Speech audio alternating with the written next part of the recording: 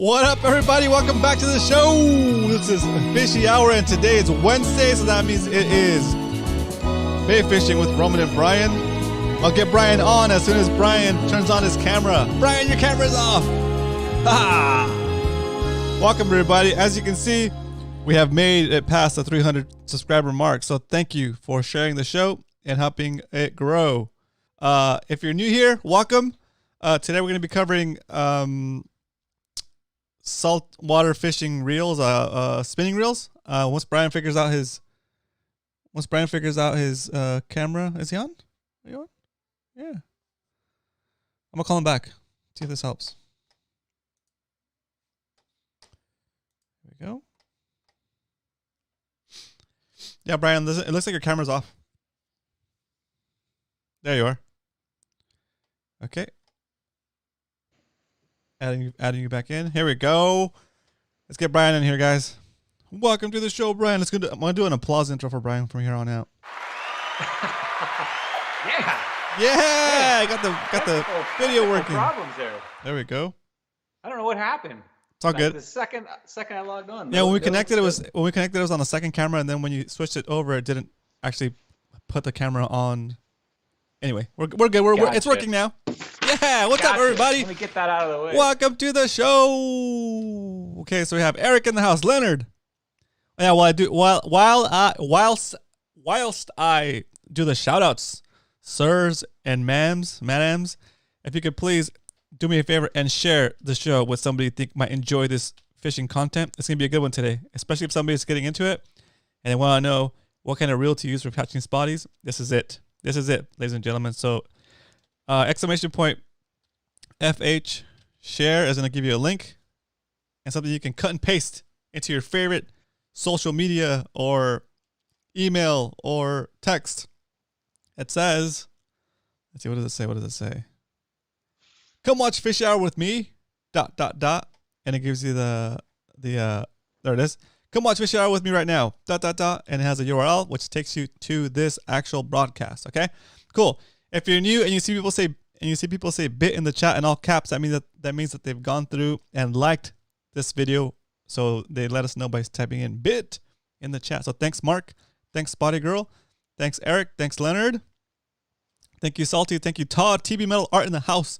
Exclamation point TB Metal Art if you want to learn about this awesome artwork back here, like this yellowtail or that spotted bay bass back on Brian's wall.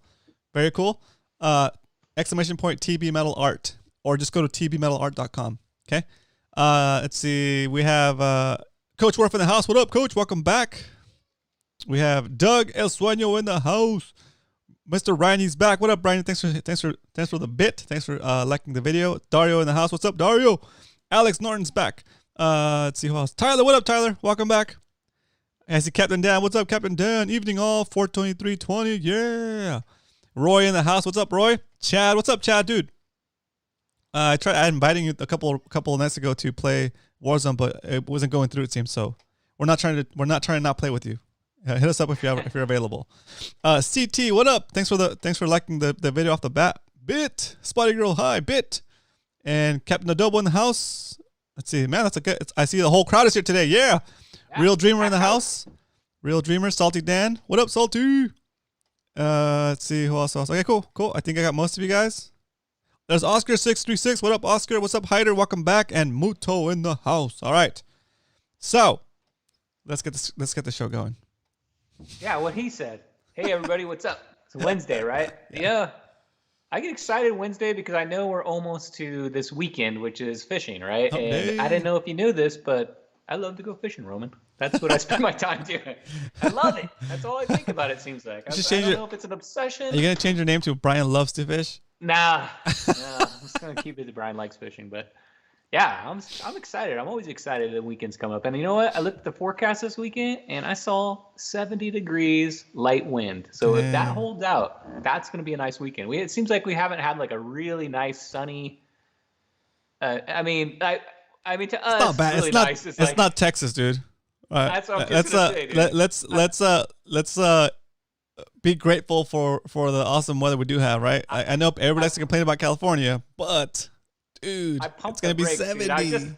it almost came out of my mouth. I pumped the brakes how we haven't had a good weekend, but now that I think about it, we were like in January and February still fishing, kind of sunny, maybe shorts weather, but probably not like light clothes, so sweatshirts. But man, Texas, what's going on there? Holy mackerel. I'm glad so crazy. Imagine if we couldn't fish that whole winter. Ugh, what would you do? Right. So like I was on a conference call this morning with my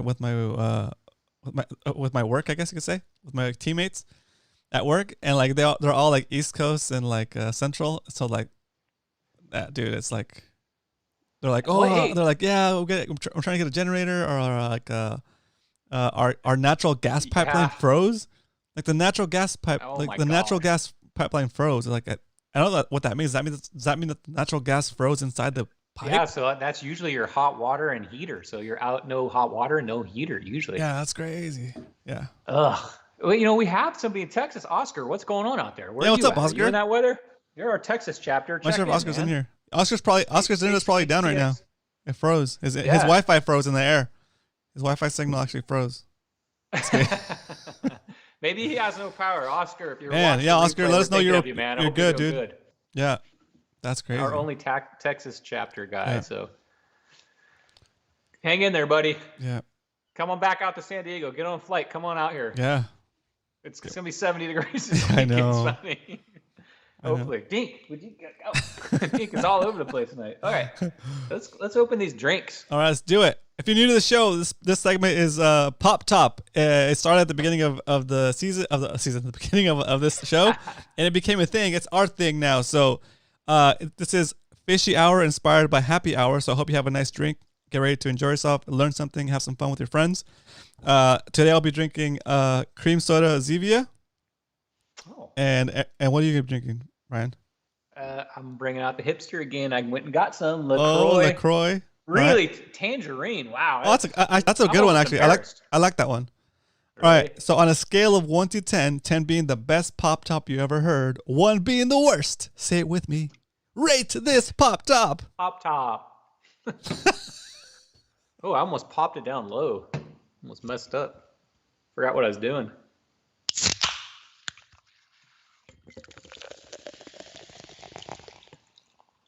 Busy. Oh yeah, nice extra fizz.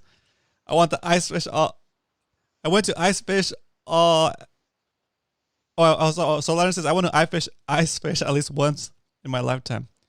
Yeah. As long as you're in a tent, in one of those heated tents, I'd be down for that, But if you're just on like the ice, I don't know. But if you're in one of those, that's interesting. A lot of people want to try ice fishing. That's cool. Interesting. I'd like to try it. I've gone ice fishing in SoCal a couple of times. What? All right, so the scores are coming through a 10. Ooh, Ernie. What up, Ernie? Oh, thank you. Ernie gave you a 10. Eric. 9.2. Thank you. No, nice, dude. Thank you. Very nice. Thanks, Lots of good scores. Dang. Salty. Thanks. Hey. All right. It's hard to follow that up. Thanks, but Coach. On a scale of 1 to 10, dude, 10 being the best Pop Top you ever heard, 1 being the worst, rate this Pop Top. Get some batteries for your mic, dude. Jack that thing up.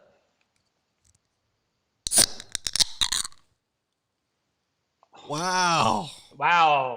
Woo, that was a good one. Wow, the cream soda variant has a lot of gas in it. That was powerful, dude. Dang. Dude, I never rate it, and I'm gonna give you a 9 on that. Cheers, everybody. Cheers. Dang. Happy Wednesday. We're halfway through. Boom, I got it. Oh, look at that. That gave me a 12. Oh. Yeah. I think that might have been one of your best. I think it was my best one. Somebody clip that. I was kidding. 12s, 9s, TB7. Ugh. I think Roman got the amp for the mic. That's so funny. Very cool. Okay, we're off to a good start. Good. All 9s. Start. Almost. Good weather weekend. Pop Top's going good. Mm-hmm. Do you want to do this? Do you want to do the announcement before we get to anything else? Since we mentioned the weekend already twice. Yeah, I guess for announcements, we're gonna make the announcement of Spotty Bowl. You want to go ahead and make the Spotty Bowl announcement? Yeah, guys, it's still on. Yeah, we're still doing it. Yeah. It's going great, but there's been some confusion where people think we're fishing this weekend, and it's not this weekend. It's the weekend after. Okay, and then we're gonna have 2 back-to-back weekends. Please do check the schedule. So hey Max, we're just talking about the Spotty Bowl schedule. People were assuming it's every other weekend, but it's not this weekend. It's the weekend after, and then the weekend after that, we're fishing again. Okay, so do check the schedule. The full schedule is at spottybowl.com, and yeah, that's it, right? That's it. Yeah. So I'm guilty. I'm one of them. I thought last weekend I thought we were fishing this weekend, but thank goodness somebody in the chat reminded me that hey, this is another bye week. So pre-fish week, guys. Pre-fish. Get your Very gear cool. down. Since we got two weekends pre-fishing, this might be you already pre-fished once last weekend. If you fished last weekend, this weekend maybe try, if it's whatever you did last weekend didn't work, try something different. It's kind of nice to have two pre-fish weekends, so you can try two total different areas. You can try two total different types of lures or two different techniques, whatever you want to try. I would say take advantage of this if you can get out there again. Very Or cool. if you're not good at Mission Bay and you're really good at San Diego Bay, you have the opportunity to go fish Mission Bay this weekend, because we're not really gonna have a pre-fish for the Mission Bay. So That's right. Let's see. Max, thanks for hitting the like button and typing in bit in the chat. I see Baker Lounge. What's up, Baker? What's up, Dave? It's good to have you back. Dave's in here. Baker Lounge Fishing. Bit, welcome back. Let's see. All right, cool. All right, good. We're good. We're good. We're caught up. what's up, Baker Lounge? Starting to grow out the mullet again, dude? Oh yeah, look at that. I know Roman's, man, dude. I got the mullet whip going. Starter dude going, but it's nothing like yours. I've started growing it, but it's my gonna wife- be a long time. My wife asked me. My wife cut the kids' hair like last week. She cut the kids' hair, so they have like regular haircuts now.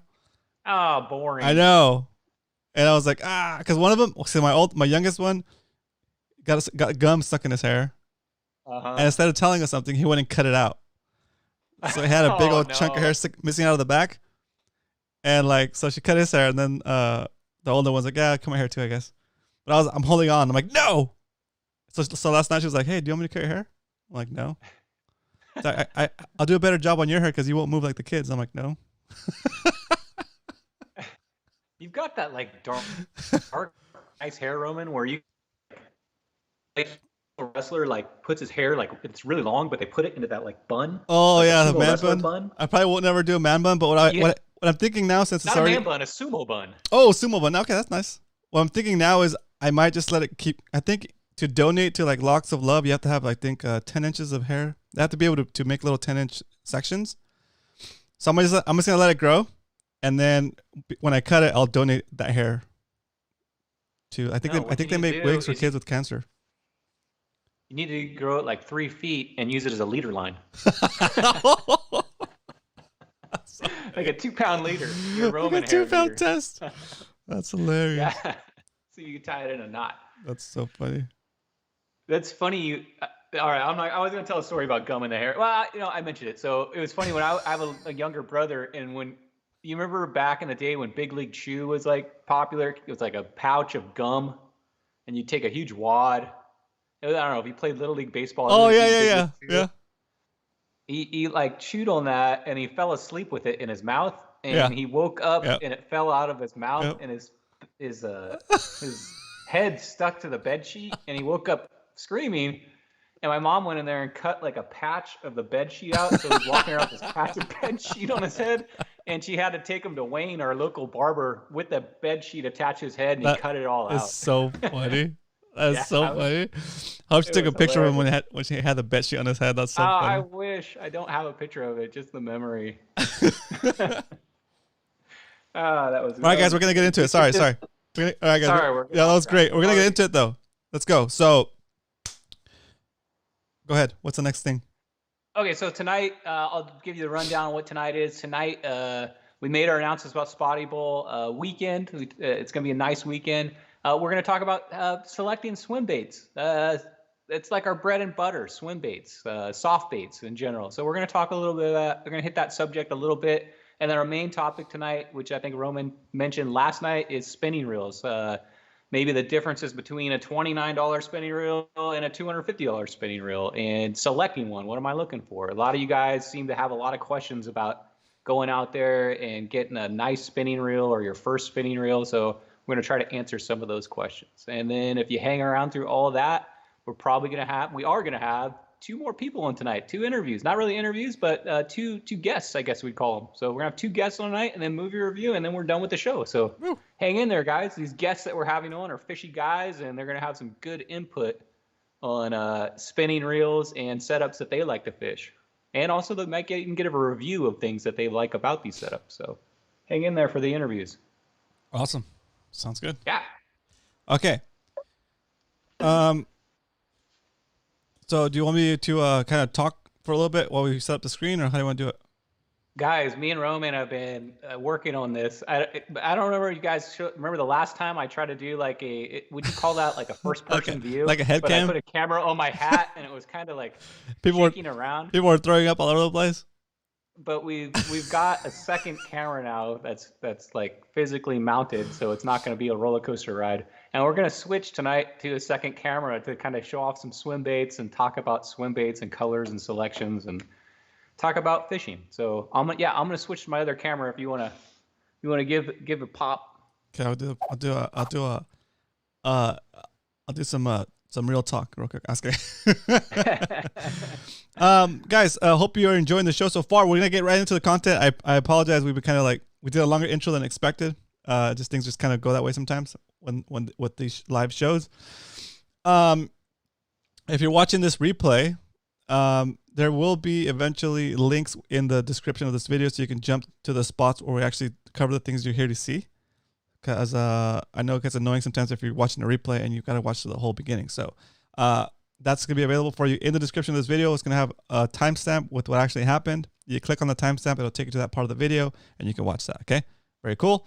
Other than that, I think Brian's ready. Let me just get the screen queued up on this side and adjust the settings. Let's see. Colors full. Ooh, I think I almost got it done. Brian, you might have to hit Focus. Focus, yep. Good. Okay, looks good. And I have to do something over here real quick just to make it the right proportion. Okay, I think I got it.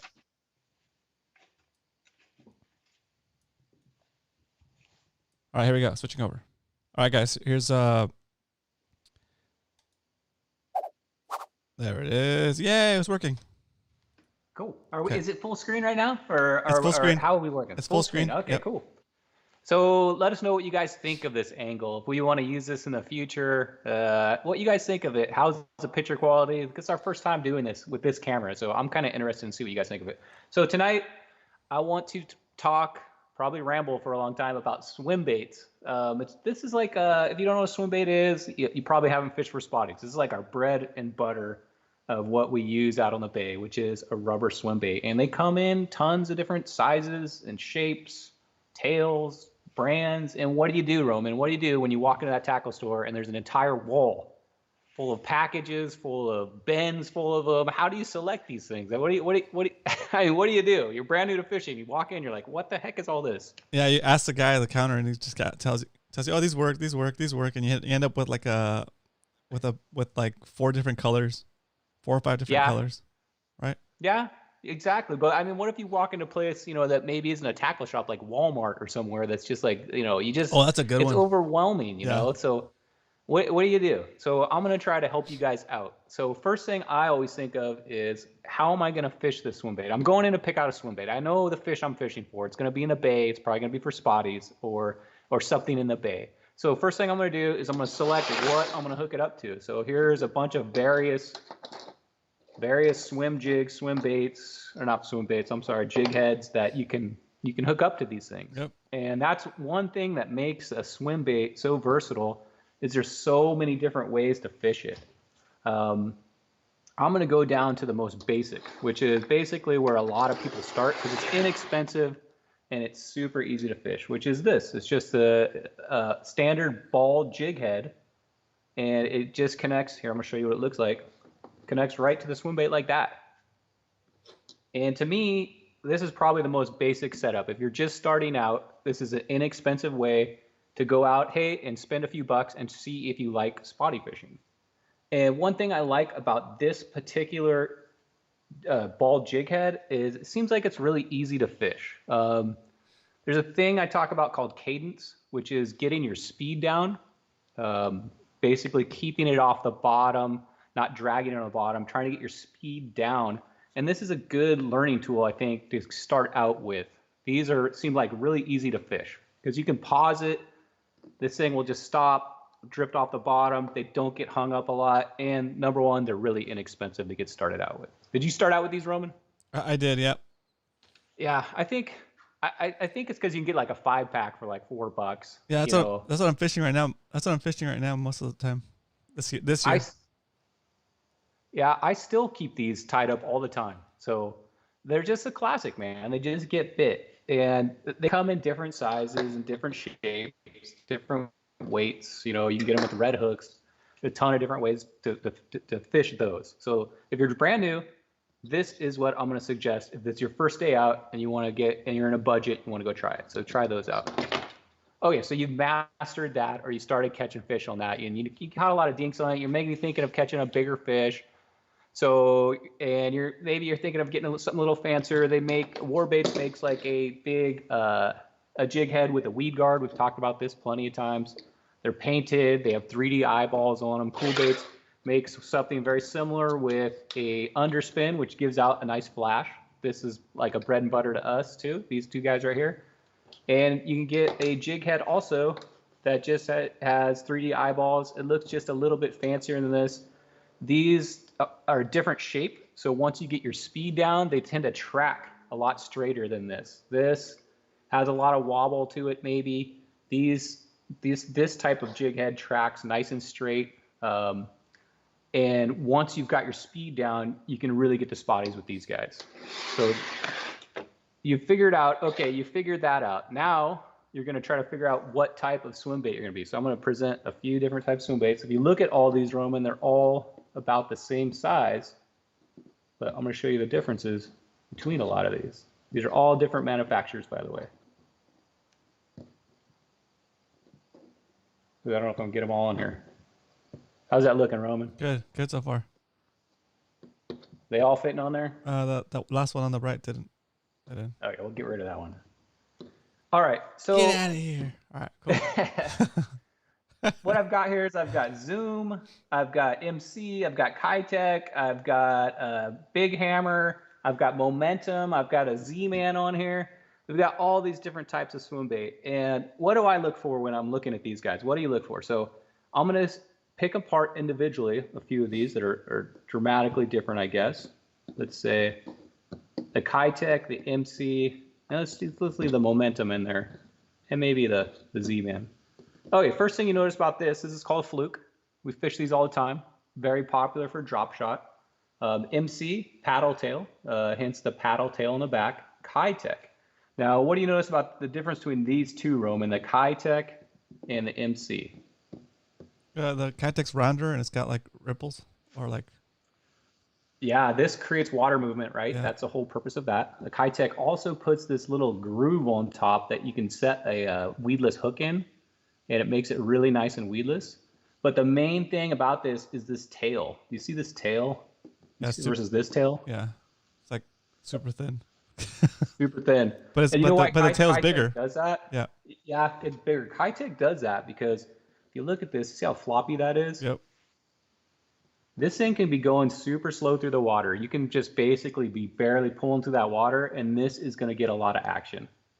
That, I think, is the main reason Kitech are so popular. You get such action out of that tail. If you've ever got that thing close to the boat and you're pulling it in and you look down in the water and you look at a Kitech tail, it's moving. It's got a lot of action to it. And it's because it's got this thin rubber and this big surface of tail on it. Versus, okay, look at the MC. You can see this has got a much skinnier tail, right? Yep. So this one you probably aren't going to get as much action out of. But is this necessarily better? Sometimes for spotties, like in the winter, I'm fishing really slow and I don't like all that action for some reason. I don't know. But in the summertime, all day long on that. But in the winter, I kind of like the tail to not have so much kick. And all the times I fish, I feel that, I don't know, let me know in chat what you guys think of that too, that the tail kick on the MCs, when you pull it in, is very subtle. because it doesn't have that wide tail versus this. And I've had a lot of luck in winter fishing with this. And just to show you the difference too, like here's a momentum bait, exact same size, pretty much in length, but look at the difference in tails, right?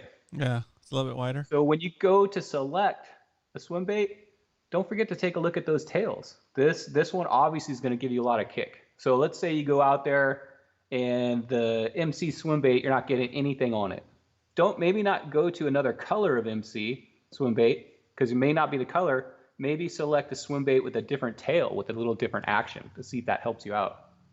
And these are all just trial and error things. That's a fun thing about fishing is you get to go out and you get to try these methods and see what works for you. For me, the MC swim bait's been working really good. So I'm like stuck on those. I've got boxes of them. I try to, I don't know. That's like my go-to. I also like the momentum because if you look at the body of these, let's say you have this ball jig, which one kind of lines up right? Or for me, the cool bait, which one lines up correctly with that body? So depending on what you're fishing, maybe a different swim bait might line up better with the head you're fishing. So that is another thing to think about when you're selecting a swim bait. There's also this, which is the curly tail. I don't know. That's like a lost art. How often do you fish that thing? Right. I don't. I don't a lot either, and I always mean to, but I always seem to, I don't know, forget about it. The only time I fish those is when I go to that Berkeley Gulp.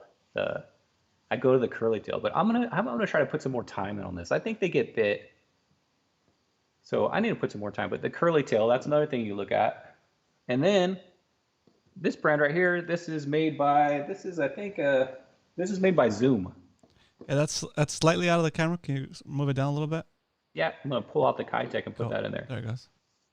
So here's what I like about the Zoom.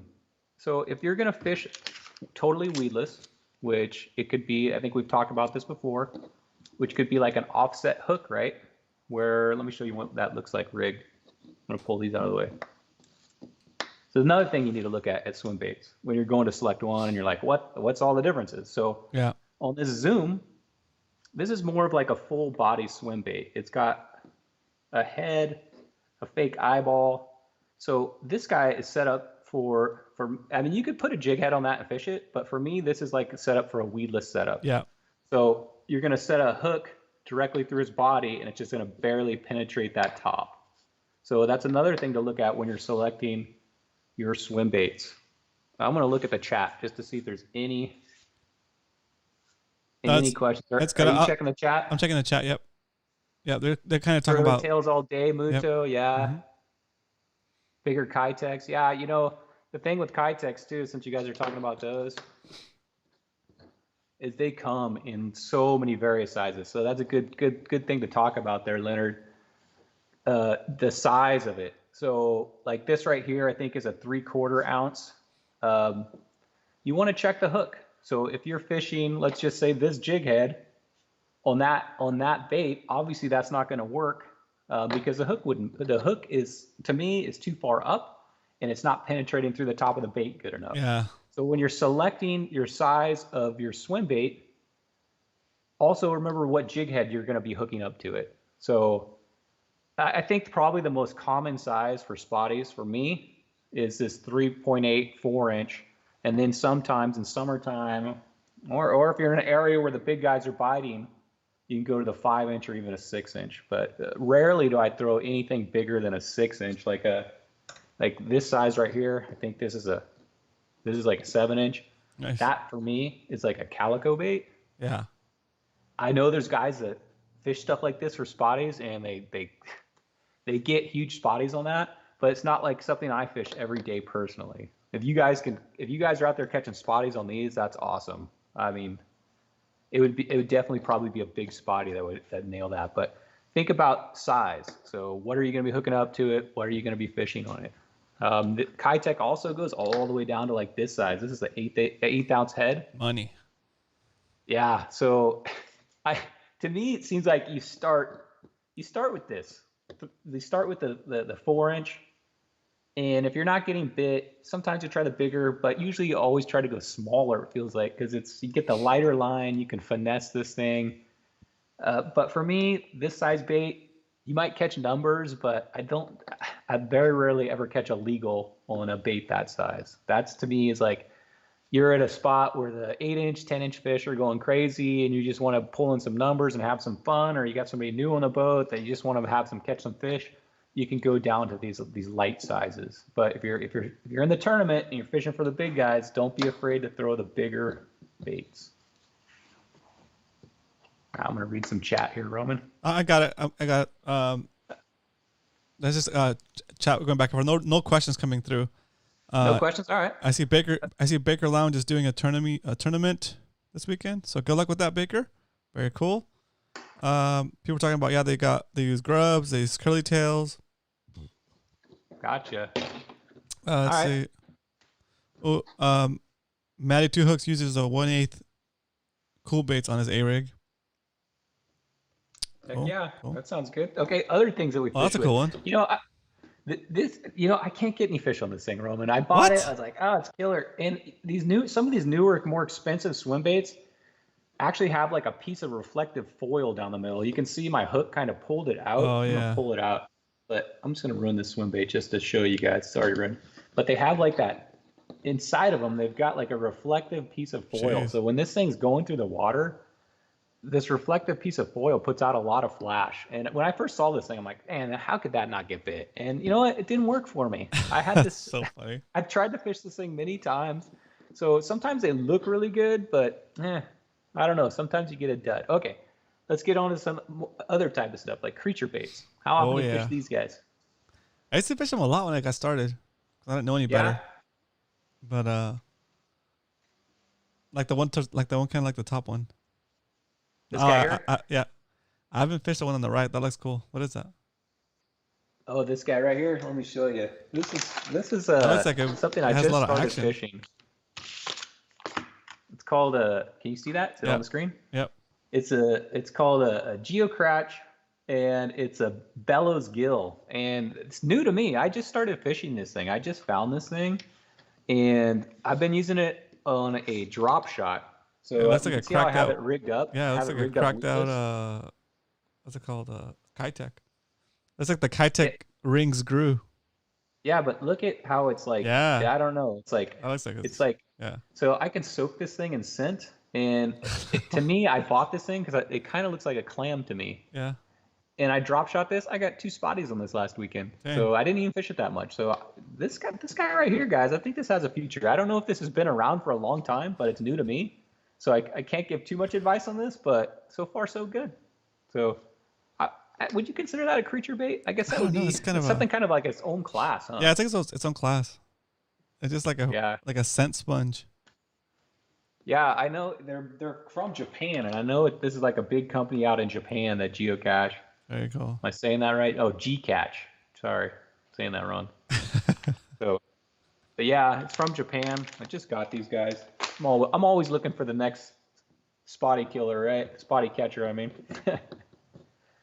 So these guys right here, creature baits. I know Salty likes ones like this with like that beaver tail kind of look, and drop shotting these guys, or even you can pretty much fish these things anyway. You can rig them up to a jig head. Yep. You could rig them up to a Ned rig. You could rig them up to drop shot, dropper loop. But these are definitely will get you spotties. And the thing I like about these is there's a lot of action, especially in the drop shot where they're just suspended. There's a lot of action with all these arms and legs and everything where they could almost just sit there and just barely twitch them.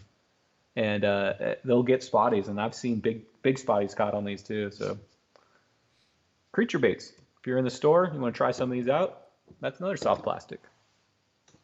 Let's see what else we got here. You know what's funny? I just found this in my tackle box. Oh, nice.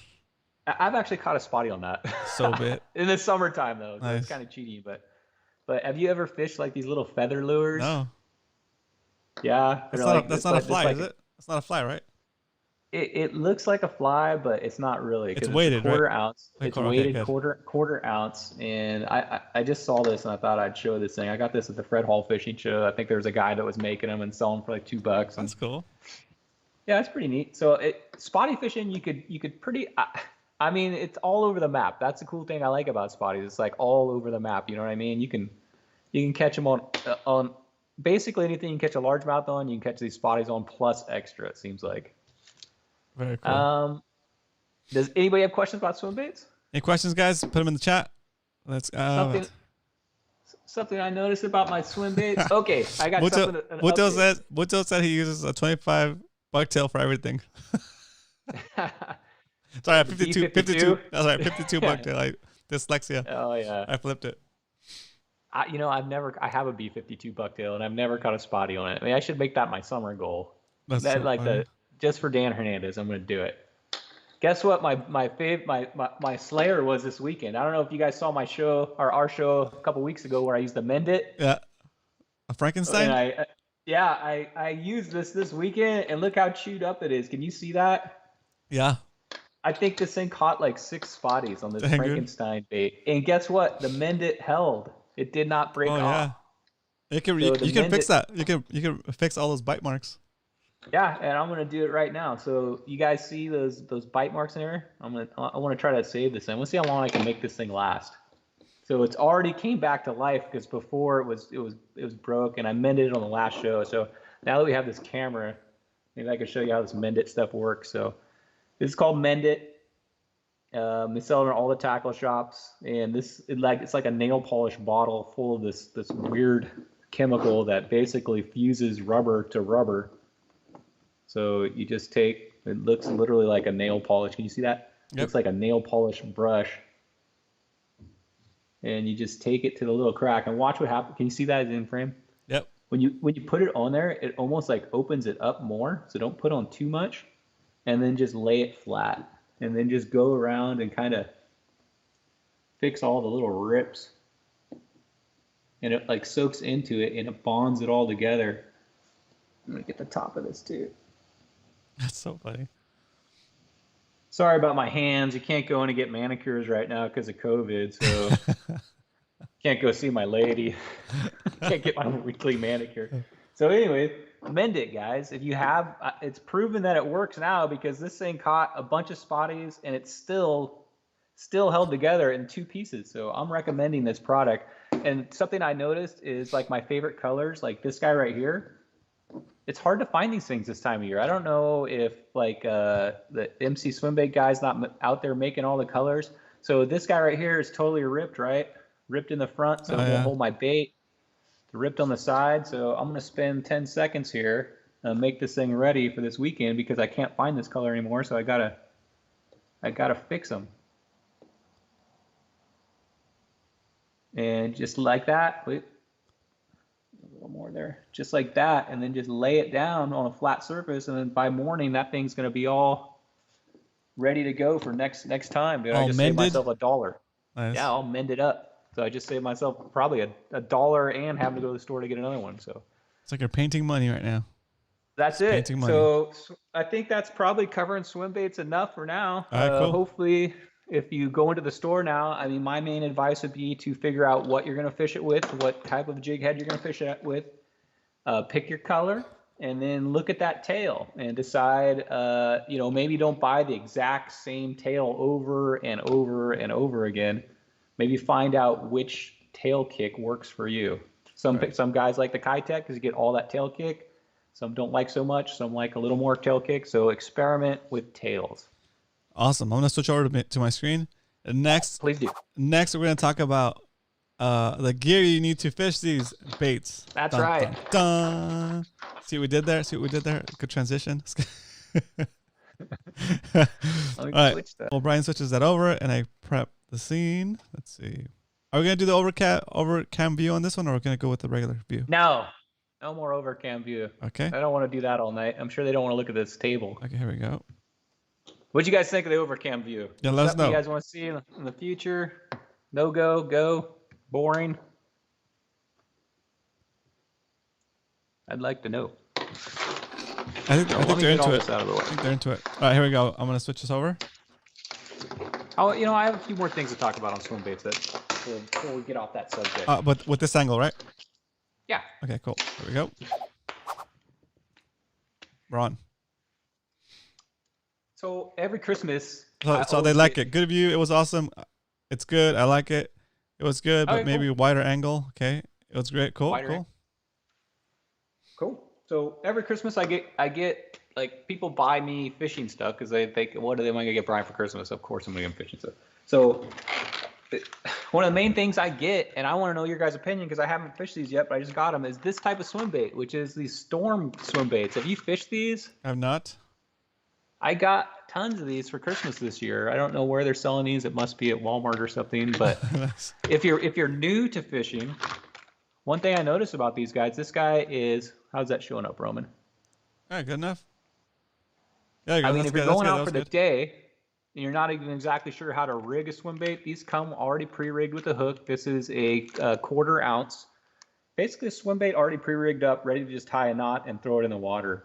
Only thing I can see that I might not like about this is the size of that hook. It's got a huge hook on it, and for eelgrass, that thing's sticking up. That might be grabbing a lot of grass, and the hook seems out of proportion to me to that bait. But It does. Like, what do you guys think of those storm baits, like the pre-made ones? And I also got like a pre-made power baits. How are those guys working? Coach said the storm baits do work for calicos, huh? Yeah, I think in the winter or in the summertime, that's probably when I'll use those things up, when you're going through so many baits. But pre-made baits, man, I had so much I want to talk about too on this. Oh, I got to show this off. I got this from a company called Unique Baits this week. And remember we were talking about what spotties eat, their main thing they always eat, which is the razor clam or the jackknife clam. Right. Look what I found. Oh, dang, dude.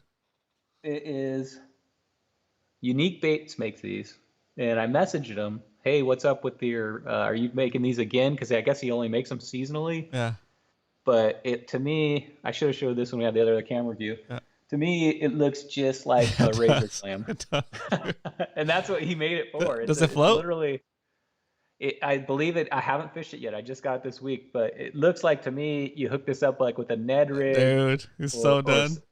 Or something. It looks just like it. So I'll fish it this weekend, guys, and let you know next week how they do. But Unique Baits. And how'd you find him? Yeah, Instagram. Cool. Yeah. So we'll see how it goes. It's the only one I could find that looks just like a razor clam. I hope it works. We'll see. That might be the deadly weapon right there. They come in a package like this. So what is that? 6 of them. So that's how you get them when you order them from them. Is he local? They're good quality. They're made out of nice rubber like that. Not quite as tough as Z-Man, but not like high-tech rubber. It's like it's pretty stretchy. So hopefully they'll hold up too. That's so funny. I dig it. Yeah, I can't wait to try those things. 4-inch tail. All right. So let's move on to the spinning reels. Spinning reels. So, spinning reels. You want to give an announcement? Give me a second here. We can take a drink. Yeah. Let me see. Welcome back to the show. Hope you enjoyed this show. Blah, blah, blah, blah, blah, blah, blah. Like, subscribe, and all that good stuff if you haven't already. On Tuesdays, we do a similar show. Well, more like just me talking with you guys and hanging out, talking about random stuff, including fishing. That's on Twitch.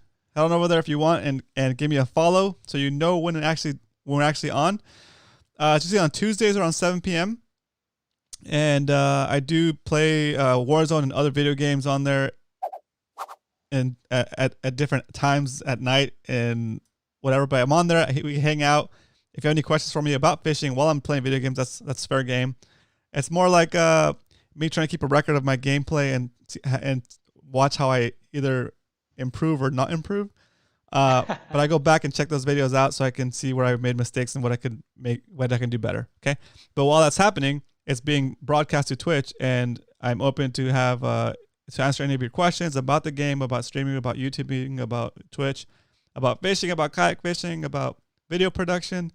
Basically, anything you see that I do, I'm an open book as far as that stuff goes. So I'm willing to help you either get started or give you some pointers on how to approach whatever you're trying to do that I'm currently doing. So that's over on Twitch. And here too, you can ask me those questions here too. RomanCastro.com/Twitch. And that's the commercial. Back to Brian and me. Thank you, Roman. Thank you. I want to try playing that video game with you online. Yeah, you should. That'd be so fun. Can we do like a Super Mario Brothers night? Like a game I'm pretty good at? No, we should do we can do a multiplayer night where we're not playing the Warzone. We're playing like in a group, and it's just like six versus six, or free for all. Everybody against everybody. That way, whoever can play can play. That would be fun, actually. That'd be fun. Yeah, let's do it. Let's do it. I'm ready. Run around blasting people. I'll just use a pistol.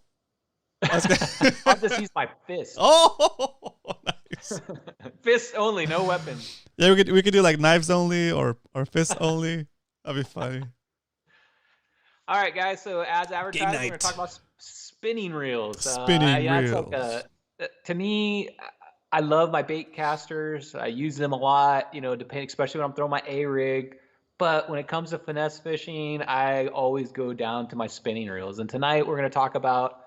I'm brand new, maybe not even brand new. I just want to go out and select a spinning reel. What the heck do I buy? There's, you go to that glass cabinet and there's like 4 shelves, all different sizes, all different brands. What's what? That's right. A lot of people now do their research on the internet, hopefully, or look at some reviews before you go in there. Or a lot of us are like, Ford and Chevy guys where you like Shimano or Daiwa or Alba Garcia. A lot of guys are brand heavy. Like I like Shimano's. I've been fishing Shimano's for a long time, and I would guess you would call me a Shimano guy.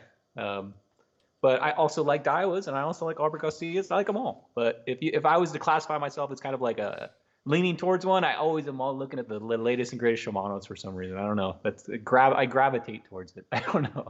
That's just that's cool. It's probably because my first reels were Shimano's, and I still have a lot of them. They blasted. Okay, so when you're selecting a reel, a few questions you have to ask yourself. What are you fishing for? So are you fishing for spotties? Are you going to fish for yellowtail? Are you going offshore for fishing for tuna? Tonight we're going to talk about, of course, fishing for spotties. So the reels I'm going to talk about. But that's like the first thing you have to decide is what am I actually going to be fishing for? What are you going to be using this to throw? Are you going to be throwing the Ned rig? Are you going to be throwing the cool bait? Are you going to be throwing a creature bait, drop shot? Think about what kind of line you're going to be putting on this. What lures are going to be using this? What purpose is this reel going to serve? For me, I've got many bait casters I bring out, and depending on what is on there, if it's half ounce, quarter ounce, eighth ounce, it'll vary that size of reel. Dink, would you get going, Dink? He's got to be right in the action. Okay, do you already have a rod? Or are you buying a rod with this reel? Are you using a rod and upgrading a reel? So think about what you're going to be mounting this reel to. Yep. For me, if I have a rod, I'll take that rod with me because some reel sizes and some reels just feel a little better on the rod you currently have. If you're buying both, of course, at the store, take the reel, put it on the rods that you're thinking about buying. So that's another question. What are you going to be doing? Line size. Are you going to be fishing this thing with 50-pound test for your A rig, or what type of line are you going to use? Is this going to be an ultralight setup, 6 pound? And then the biggest question, the bummer question, budget. So everybody's on a budget. I wish I could go out there and buy a Shimano Stella liquid-filled bearing, the killerest reel I've ever seen, but it's not in my budget to go buy an $800 to $1,200 reel. Wow. So a budget. So everybody's on a budget. So that's probably the last question. So, what are you looking to spend? Are you looking to spend $29? Are you looking to spend $200? Yep. There's a huge range. Okay, so spinning reels come in different sizes. I'm going to show you. I'm going to have to tilt my camera down here a little, Roman. Okay. Does that show up? Yeah. So I'm gonna go full screen on you. Let me just start it up. Keep talking while I get this configured. So these reels I'm putting up are all Shimano Nasis, which to me is like it's not top of the line, it's not a bottom line reel, but they're all saltwater rated. They sell for $99, I think, for the smaller ones, and maybe $119 for the bigger ones. But let me adjust this a little bit. Sorry, guys. Is that showing up? Yeah, I'm gonna tweak the whole scene in a second. Can you tilt your camera up like slightly? Yep. That's good. Just so we don't cut off your face. That's fine. Cut it off, please. All right. I'm switching over. Here we go. It's a better view for you Okay. guys. There we go. Good. So if you're new to the spinning reels, they're just like every reel, they're rated in different sizes. This right here is their smallest Nazi, which is a 500, up to their biggest, which is a 4,000. And there's the main difference between these, if you look at it, is the spool size. Can you see that, Roman? Each one gets progressively larger, and depending on what line you're using will hold more line. So, and also the drag adjustments. But okay, let's take the smallest and the biggest, for example. This guy right here is a 500 size reel, and I use this for my ultralight setup. So if I'm going to, if fishing's slow, right? I'm not catching anything on my standard reels, which are these two sizes. I go to ultralight because maybe they're finicky, maybe they're looking at line, maybe their line's here. So this right here, I use a 6-pound line with a 6-pound leader, or 8-pound line with a 6-pound leader. And this spool and this system right here is set up for that. If I was to use 6-pound line and 8-pound on this, it would have a mile line on it. And it's kind of an overkill for that size line. So I consider this my ultralight. Now, if I go to the other spectrum, I've got 50-pound braid on this, and this is what I use a lot of time. I'm throwing 3/4 or 1 ounce, where I usually use my bait caster on that size. But if I am and I need a heavier line and something with a little stronger drag, I'm going to go for that size reel. So does that kind of make sense? And then there's in the middle where you have your 20 and 30-pound setups too. So when you're selecting one, think about what you're going to be fishing for. For me, and probably you, the most common size that I fish with for spotties is either the 2,000, 2,500, or 3,000, which is this size right here. That's kind of the in-between. Yeah, for me, I think my go-to is a 2,500. 2,500, which is this guy right here. So I'm going to pull these guys back. So this is my ultralight, and this is for my heavy stuff. What's your ultralight? What's the size reel on the ultralight? That's a 500. Oh, yeah, that's small. Size. Yep. It's, I love fishing this because it's super light. And with that light line, I can get a killer cast out of it. And I have a really lightweight pole that this mounts to, a rod that this mounts to. So I do like fishing this one a lot because it doesn't have all that weight. You can fish it all day. It's really lightweight. Cool. So I dig the 500 size. Okay. Then I'm going to show you some differences now that you've got a little understanding of the size of what you get for when you spend a little bit more money. So I'm going to bring out 4 different Shimano reels. And I'm using Shimano just because that's what I have. Yep. I'm not saying go out and buy Shimano reels, but that's what I've got. And these are all the same size. These are all the same size. The Sedona is a little bit bigger. Okay. This is a 3,000. Okay. Yeah. But these two are both a 2,000 or 2,500. Okay. Okay. So here's a spectrum, guys, of pricing. So we've got, this is just your basic TX 2000 Shimano reel. Spot this guy for, I think, either $19.99 or $29.99. Then it goes up to the Sedona, the Nazi, and then all the way up to my most expensive, which is the Stratic. And so we have a price range from either $19.99 or $29. I can't remember. I spent all the way up to $230. Now, what makes a, I guess, $200 reel better than a $20 reel? So, what's the first thing you would say about that, Roman? The first thing I would go with is looks. I'm just kidding. No, I'm thinking the bearings and quality and weight. Weight is a huge factor. Yeah. Okay. And just I think the material is used to make the parts. It's either lighter or stronger or more salt resistant, I guess.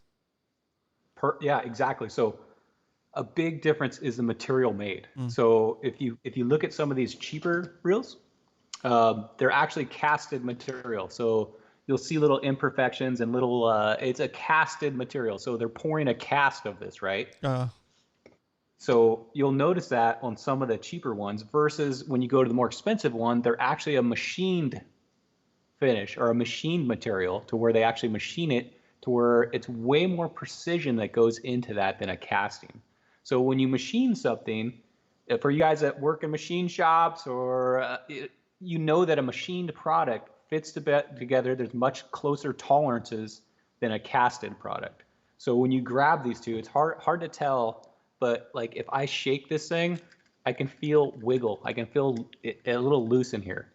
I go to the Sedona, it feels a little tighter. And then when you get up to the little more expensive guys, there is no shake in those. The tolerances are so tight in these that when we go from the casted ones to the machined ones, they feel much, I guess, better quality. Yeah. But they just feel like they're put together more solid. So that's one of the things that you're going to get from that price range to this price range.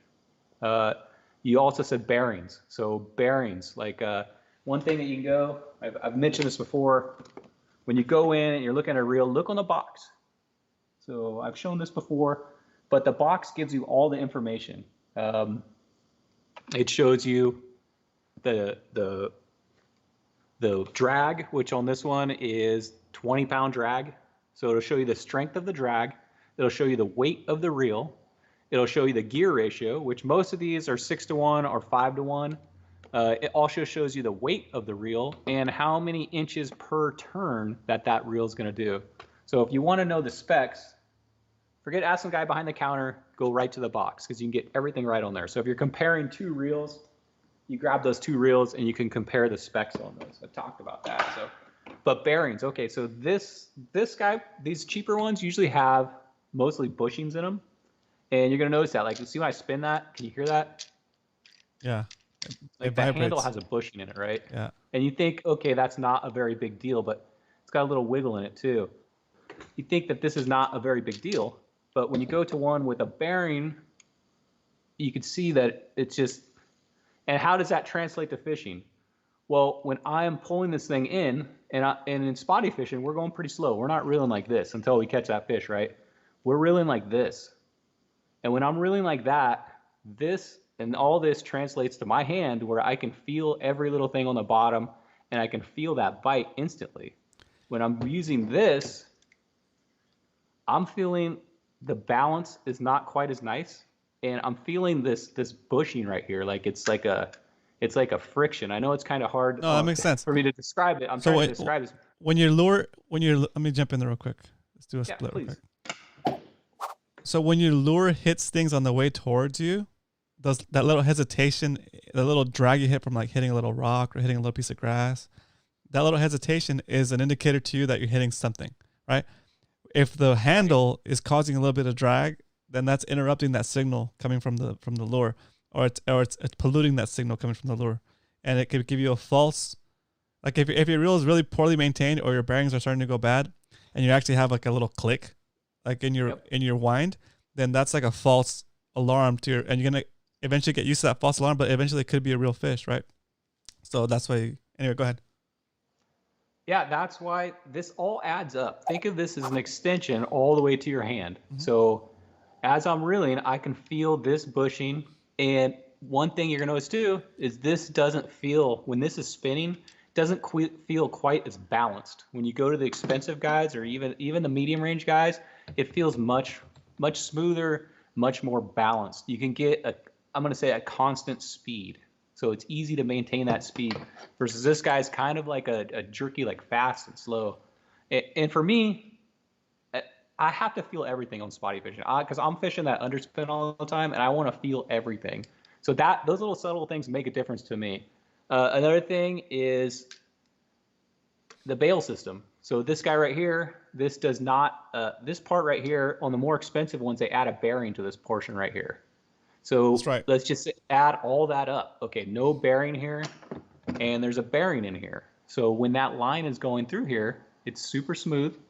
And I'm feeling more of the bottom that way. This one, it has that friction right there, and it's just not quite as smooth as this one. So that's another thing you're paying for is this system right here. I'm gonna interrupt real quick because I don't want to I don't want to see this. I want to make sure that we have the right information going out. So somebody's asking about Zach was asking about a reel for a rig or even a D rig, and I think somebody commented a 300. Spinning reel, but for an A rig, I would recommend a conventional reel, like a bait caster style.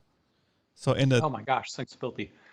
This right here is my A rig setup. Yep. It's a Daiwa Alexa 300, and this is what I'm going to recommend for an A rig. I think when you put these A rigs on it, it's so much stress on the reel. I I wouldn't fish the spinning just because it's too much stress for them. Yep. This is more of the way you'd want to fish an A rig. And you can control the cast like this. You don't want to the grabbing the line trick works on the smaller lures, but on heavier lures you might cut your fingers. Yeah. With that braid. Also, you're gonna want a gear ratio that's kind of low. Because you're gonna be pulling a lot of stuff through the water, so you need that torque. So what gear ratio is that one, Brian? For me, it sucks. I'm a lefty fisher, so the left-handed reels only come in so many gear ratios, and I think that's a little bit higher, like a 6.3 maybe. Okay. But if you're a right-handed fisherman and you have that awesome selection of all those gear ratios, go for like the 5, 5.3, 5 something. I think mine's a 5.1. I use I think it's Albergacia Revo Toro 60S. Anyway, with a big knob. Yeah, that's a curse of the left-handed fisherman, man. We get left aside, man. They don't give us all the gear ratios. I see what you did there. They don't even make a Tranks 500 in lefty, so I can't even get it. Dang. Speaking of Tranks 500s, what's up with that Tranks 500? I know. Haven't even spooled it up, dude. Man, I know. I'm slacking. How can you have that thing and not fish it yet? Man, I've been cold. looking at behind you for a year. Let's go break that thing in somehow. I haven't even done a rod yet for it.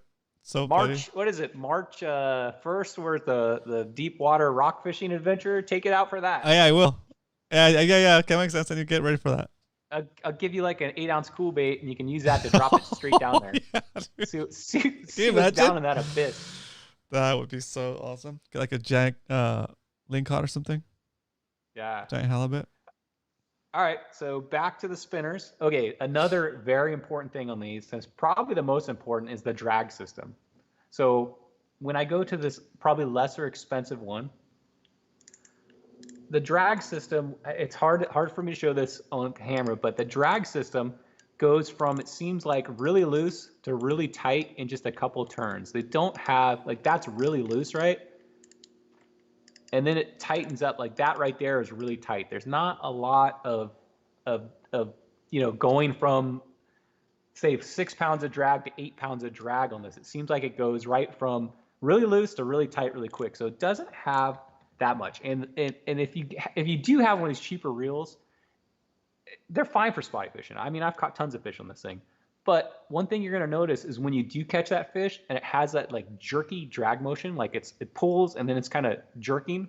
Have you fished with these? Yeah. It's not like it's not like the line's coming out smooth. It's like it comes out and it's just like a jerk. It's just like comes out and then all of a sudden your drag catches and then it loosens up and catches. And that's a huge way to lose a fish. Yeah. If that drag is not a consistent pull, you'll lose fish that way with that jerky drag system. So the drag system in these progressively gets better all the way up to the more expensive ones. So drag is, if you listen to the drag setting on this reel, can you hear that?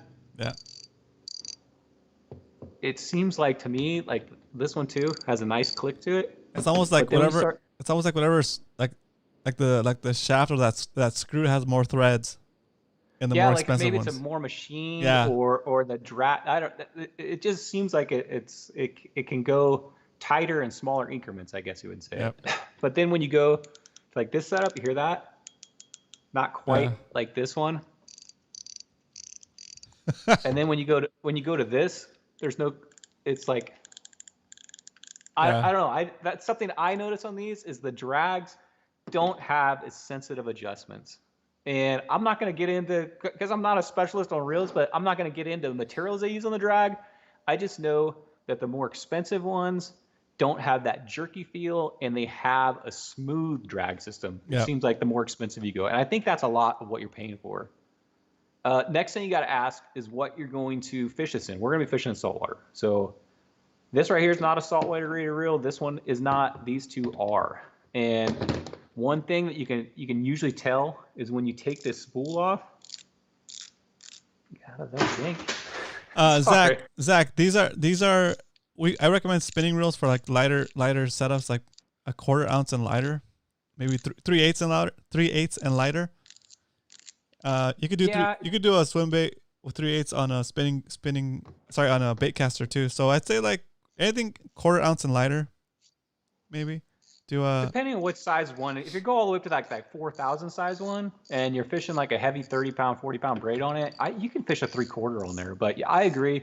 Anytime I get heavy, I go right for that bait caster. Yeah. It just has that pulling power. Yeah. If you're throwing a 3/4 ounce jig head or something like that out anyway, you're probably going to go for a bigger fish. And then Max had a question. That's a Stratic, right? That one. This is a Stratic. This is a Nasi. This is Sedona, and this is just the TX2000. So all Shimano, but 4 different layers of them. Okay, when you look at, this is the top of the Stratic, and this is the top of the Sedona. You notice, can you see that? Yep. You notice how this one has like a big rubber seal around it? This one's just hard plastic. Yeah. When you get to the saltwater rated and the more expensive ones, they have a lot more of seals that type of way. So it seals the water out. From getting into the bearings, from getting into the reel. So that's one other thing that you're paying for when you buy a saltwater reel or you're buying a more expensive reel, is the bodies are sealed up better, and they have a lot more seals in the moving part areas. That makes sense, Roman? That makes sense. Yep. And when we say sealed, it's not like 100% waterproof. We're not talking IB 69 whatever, 68. We're talking 98 whatever. We're talking it's water resistant ish, I guess. More water resistant. Well, think of it as like a gasket, right? Yeah. So if you just have a plastic on metal, right, that water's just going to come through that every time. There's nothing stopping it. But if you have a gasket or a rubber gasket on these, it's going to help prevent getting all that salt water, all that water into these reels. So when you buy stuff like that, this reel is going to last a lot longer in the long haul because it has that type of stuff. It's got the machine parts, it's got the seals, it's got some of the bearings. I know the bearings might need a little more maintenance in the bushings, but the bushings, they tend to wear out and everything kind of loosens up. With the bearings, you can replace those. I've had the bearings, 2 bearings on this reel replaced in 2 years, so they're replaceable. Very cool. All right, price points. So I already talked 29, 69, 99, 229. What am I going to recommend here? I love this reel. I was given this as a gift for Christmas, so I usually don't spend that much money. Somebody went out there and got me a killer gift, and I love this reel. It's probably my favorite reel, but honestly, I love this reel too. And this is $99. This is $230. And there is a difference between them, but it's about that much. I think for spotty fishing, for the way I fish, I'm going to recommend this Nasi out of these. If you're thinking about buying a reel, my personal recommendation, and I know I told Eric this, and I think he went out and bought one. I don't know if he's had any. He mentioned he got 2. Yet. He loves them. Oh, he got 2 of them? Yeah. There's Daiwa makes, was yours the Fuego? Yeah, I use the Fuego. I don't know why I got the Fuego. That's I think the equivalent of this. Oh, okay. So this is the Shimano equivalent of that. I think the Fuego is $99 or $119, right? Yeah, I'll jump brands like nobody's business, guys. I don't care. If it's a good deal and it works and it's gonna last in the salt, I'll take it. Yeah, dude. I mean, for $99 though, I think this is a great setup for spotties. If you want to go out there and get something that's really smooth with a really good drag system, and you're the type of guy that you just want to go out there and buy one reel, and that's gonna be your all-around reel. The Stratics are killer too. But guys, there's a ton of reels in the market. The only reason I'm doing Shimano is because that's what I've got. Yep. And I want to mention one thing about these reels. Go for it. The biggest spotty I've ever caught, which was quite a bit over 3 pounds. Guess what reel it was on? It was on my $29 reel. And it was in Mission Bay, and it was, probably 16 years ago, 15 years ago. So it's possible, guys. Don't give up on your cheap reels. Everybody's on a budget. My biggest spot I ever caught was on this reel. So they do catch fish. Don't think that you have to go out and spend $100 or $200. If you're in a budget minded, or you're just getting started to see if you like fishing, these still will catch fish. But once you start really getting into this and you start feeling the noticeable differences between lures and stuff, you're going to keep that guy, and you're going to go out and you're going to spend a little bit more money on an expensive one, and you're going to be like, holy mackerel, this thing is so smooth. I can't believe how smooth this thing is. Very cool. Awesome. Okay, I'm going to switch over to split view. Thank you. Very cool. So this is there's still a lot of show left. Salty mentioned in the chat. Welcome, Arnie. Yep. I'm glad you're here. What's up, DOS Attack? Welcome back. All right, so I I put together a resource on my website, ramencastro.com. It's called resource page. And it's basically the specs you need for your first spotted bay bass fishing setup, your first rod and reel to fish for spotted bay bass. So I'm going to put that in the chat now. Basically giving you a range of rod lengths and reel size and what you should look for. You can use those specs and find a reel that matches your price range and whatever brand you want, because all manufacturers make a rod and reel setup that fits that need. Okay, so then at that point, it's just a matter of you deciding what brand you want to choose and what level you want to come in at, like what price range you want, basically. But as far as the specs goes, it's in the dock. It's at the very top. Then I recommend a cheap one, and I show what I use for my Ned rig setup too. So that's all in one page. You can even take and copy the top section of it, the actual specs, and take that to the tackle shop and say, hey, I'm looking for a spotted bay bass rod, and these are the specs I need to meet. Okay. Cool. I just wanted to show some of these gigantic spinning reels. They do make these, like this guy right here. This is one of the very first reels I bought. It's a Shimano bait runner. I know Coach knows this reel because it used to be on all the half day boats. This was like the killer setup. These big guys for spotty fishing, they're probably too heavy, guys. They're not going to be sensitive enough. The line you're pulling in, you're going to be reeling like this. So if you're going to go out and buy like a combo, don't go out and get these gigantic ones. They're awesome for calicos. They're good for yellowtails if you're a beginner at that. But I'm going to recommend this size for spotties and in the bay. You don't need to go out and buy one of these gigantic 6,000 size spinning reels. All right, cool. Guess what, Dario, you're on deck.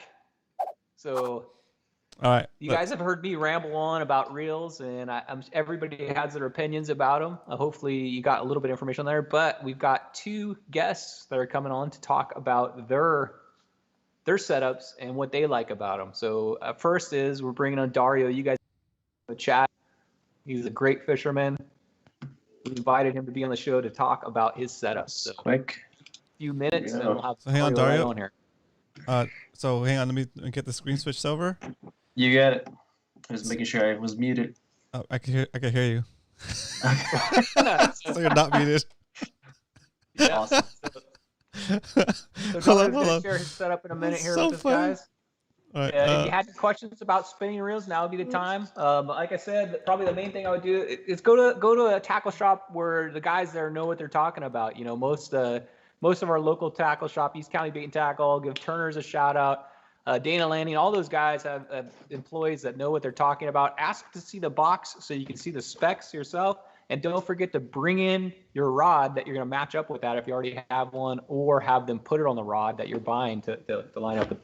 Go to a good tackle shop, and sometimes if you buy a reel from them, they'll give you a deal on the line too, and they'll spool it up right there on the spot for you. So don't always buy everything online. Let's support some of our local tackle shops, guys. That's true. But if your local tackle shop, so many if your local times tackle shop too, is full of jerks, buy stuff online. So many times that I've bought reels online, because I bought reels online like everybody else, is you see like you think of a 1,000 size reel, right?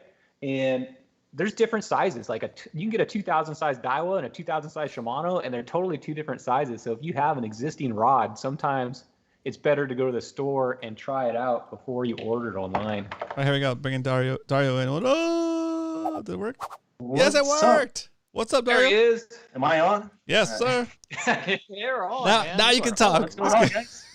Cool. Let's cook it. How are you, Dario? Good. Excited to be on. Yeah. I fished San Diego Bay for like I don't know. I had kind of a late start. I started around 8. I think I was done around 1:30ish. I caught like 7 spotties. So it was. Oh, nice. You know, it's okay. Tournament day, you would have caught your limit. Right. I caught a legal too, so that wasn't too bad. That was my first legal in maybe a couple months or so. So it wasn't too bad. I have a question for you. Nice. Yeah. And Brian, actually, how many legals do you think you've caught in your fishing career, like legal spotted bait bass? Oh. My record is I caught 16 in one day once. Jeez. All right. Sorry, how many things? For me, Not that many because honestly, like I told you guys, like when I first joined the group and all that, I've only really been fishing spotties like more seriously for maybe like 8 months or whatever. You think you've caught When more I than had the boat, I never really fished spotties much. I was always doing like offshore fishing, Yeah. going to La Right. Jolla and all that sort of thing. So yeah, I don't think I've caught 10 legals since I started fishing. Maybe 15 legals. Wow. I caught my You've definitely personal caught 10. my personal best. Actually, I remember you measured it for me, Roman, because I remember I didn't even have a board at the time, and it was a 16-incher. That's right. That's a good one. Because you had one at the same time. We were like, Oh talking yeah, I about. remember that. That was like Remember that? Yep, Yeah. yep. And it wasn't a freaking Ned rig. What'd you catch it on? So, yeah, right.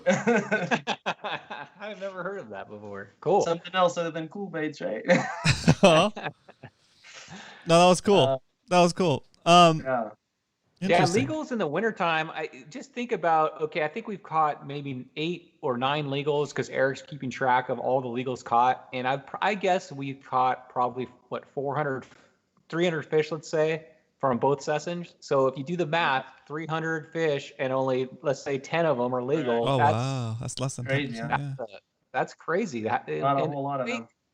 Well, either that or they're just hunkered down or they're coming out at night. I'm not sure quite what's going on. You got to find them. They're like really, really hard to find right now. But I think, guys, I noticed something with the water. So 2 weekends ago it was 58, right? This weekend I found 60 degree, a little above 60 degree water. So the water's starting to creep Yeah, that's up. what it was for me too.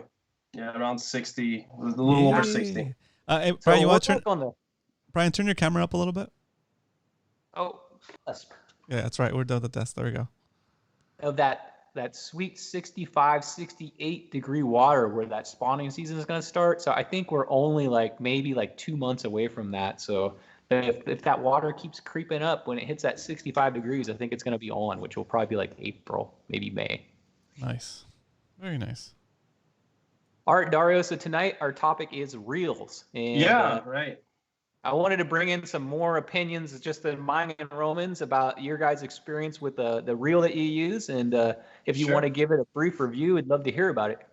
Yeah, so you guys were mentioning, actually, you've already mentioned it. The one, since we're doing spinning, I'm going to start with the spinning, and I actually have it mounted on the rod already. But the Daiwa that you guys were talking about. Oh, the Fuego LT? So I just happen to have, I know Roman's got the same one. I swear I wasn't trying to be a copycat. I just happened. What sold me on it was a Max Seal, dude. Right. So I really like it. I mean, I actually, like Brian was saying, I feel like, I don't know, I feel like that's like price-wise, that like it seems like the $100 is kind of like the magic number for a good quality reel that you're going to put into a saltwater environment. Because if you go, usually when you go a little bit cheaper than that, you're going to be getting into stuff that's maybe not saltwater rated, and it's doable, but it's probably going to take you a little bit more maintenance and all that sort of thing. You might be replacing it half the amount of time too. I know some of my saltwater rated reels. I have some that are 20 years old. So remember, you're buying into quality too. That may last twice as long as an inexpensive. And then, like you said, I mean, you can go like really expensive, and I'm not too. I'm into like stuff that is good value, you know. That's gonna give you. I'm not like. I mean, cool. I mean, if you're made of money, but most of us aren't. So. Most spotty fishermen aren't. Yeah. Right. Just say that. We're on a budget. I don't fish. Go ahead. I just want to highlight Zach's comment. He said this is a real interesting segment. Good one, Zach. So I tend to fish, like I said, I was telling you guys during the pre-show, I don't fish a lot of spinning reels, and it's kind of interesting because my background and coming from the Azores, like I told you guys before, most of the stuff it's kind of like the East Coast thing where they fish a lot of spinning tackle. But I find out for myself, for my use, that when you start getting into the bigger ones, if you're moving up in size, it's not so much that the reels can't handle like a heavier task, Right. but it just gets too bulky, too big for me. It's Oh, just the not profile. comfortable to fish. Yeah. You know what I'm saying? Yeah, that makes So sense. like, It's hanging oh, down yeah. a like. good size, right? This is a 2500 size. It's super lightweight to fish. But I feel like if I had to get a bigger reel and I'm fishing heavier line, it's just it's not as comfortable as a nice bait caster. I agree. I'll add on to that. So I got my jumbo reel here, right? I don't even know where this thing came Pull it from. sideways, But Brian. if you look at Right. the length of this handle, I mean, to crank Yeah. that thing, it feels like I'm cranking a meat grinder. I mean, the thing is enormous. So for me, I'm the same way. I would go to a bait caster versus getting something that like this that would handle like 65-pound line. It's just such a chore It is. cranking I this mean, thing. So and I'm I agree with have I have like I think I have like 20. I actually have 20-pound test, just Power Pro braid, and I'm using I think, well, it depends, but I usually go anywhere from like 8 to like 12 pounds for the fluorocarbon. Yep.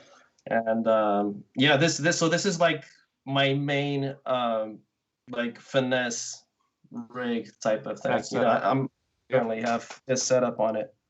got the Ned rig on there. I think that's a Ned rig, isn't it? Yeah, I've heard of those. yeah. So Yeah. so okay, did you start out with that as a spinning reel, or did you upgrade to that? So no, I started out with one of those really, like everyone else, with one of those like really cheap Walmart. Yeah. I think it was like I think it was a Shakespeare. It was like Nice. something like really like yeah. cheap. It was like $30 maybe for the combo for the whole thing.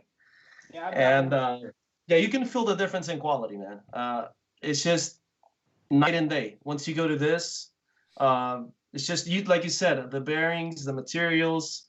It's just much smoother. You feel like you get, because most of the fishing we're doing is slow. You can just feel every little, and then obviously your rod is going to make a big difference too. I don't have an expensive. I mean, I know we're not talking rods, but I don't have a really expensive rod on this thing. This is like a loose speed stick. Oh yeah. This is Nice rod. So this is like a Walmart special. Like for $40, I honestly think it's hard to beat. But yeah, so I started on something else much cheaper. So you would say the biggest difference you noticed was probably just the way it feels. It's smoother, the bearings. What about the drag? Did you notice anything on that drag system? So this one has yeah, of course. This one, like you mentioned, and I do have some reels. One of my bait casters that I'm not really happy with. It's an Abu Garcia. Not that it matters the brand, but the drag, like having a smooth drag, like you said, like when you're pulling it, you see how it's just completely smooth. If it's not smooth, if it's just like going, Jerking. slipping, Yeah. it's halfway for you to lose the fish, because I mean, it's the equivalent of you just like pulling on the rod like Yeah, that. like checking the rod. Yeah. That's probably one of the biggest thing I noticed when I went from that $29 reel and I finally went out and bought a $69 or $89 one or $100 one, is that it doesn't have that it just feels like it's jerking. Very cool. Yeah, And it's that's just gonna like save you completely fish. smooth, like yep. Very cool. All right. So big. Go ahead. perfect. So let's take a quick break. Let's start the show because Cal's here now. 1 second. Oh, Kyle, you made it. There we go. All right. Welcome back. Hey, what's up, Cal? Welcome to the show. Yeah, let's go. Were you working? Were you out on a date? What's going on, Kyle? So Dario, you got the Daiwa Fuego. Yeah. Would you give that a recommendation? And a 5 stars, what would you give that thing? I would give it a 4, honestly. I'm sure there's like better reels out there, but for the price, I actually grabbed this one. I tend to do this a lot, as I'll go on like I'll sometimes go to a local shop, and I have gotten reels and rods from local shops. I think my rods, both my Phoenix rods, I got them at Squidco. Cool. Yep. But this particular one I found on Amazon, and it's usually the used deal where they have it used like new, which basically means like someone opened it up, and it was like $20 off. So I think I got it for 80 something, whatever it was. But yeah, 4 stars. I would say 4 stars. It's been serving me well, and I rinse it every time I use it. Just a quick rinse. I don't overdo it. Yeah. but I don't see. I think I've had it for like maybe 8 months already. Oh, cool. And so it's holding up. It's holding up, and I don't really notice a difference in the smoothness or anything. I got another good one from Oscar. He said tonight's show is spinning out of control. Wait, is that HT? Is that no? It's Texas. It's our local Oscar here. Local San Diego. Oscar, yeah. That's so Dario, funny. I really appreciate your review. Thank you for coming on, and thank you for giving us some insight in that. And I'll see you out on the water, buddy.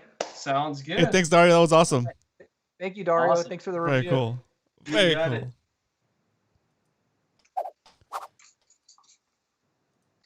There we go.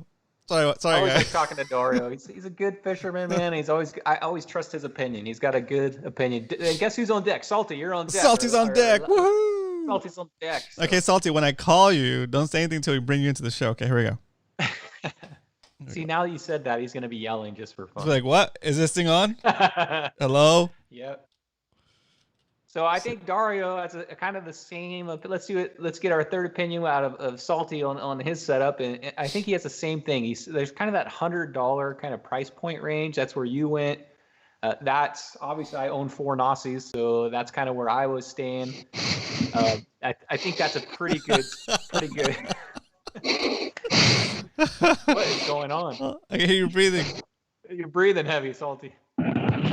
Oh man, that thing is so sensitive. There you go. That's so good. Okay, right. okay. Let me get this thing lined up. So I know there's a lot of reels in that $100 price range that I think that's a good. It's not necessarily a cheap budget, but you're right in there and getting a pretty good quality reel for spotty fishing. That's saltwater rated. All right, let's see. All right, bring it on, Salty. Wait, not yet. Almost there. Okay, here we go. Almost. I'm gonna check out the chat for a second. There it is. They can't wait to see you in your garage, Salty. Zach's excited. Oh, come on. Really.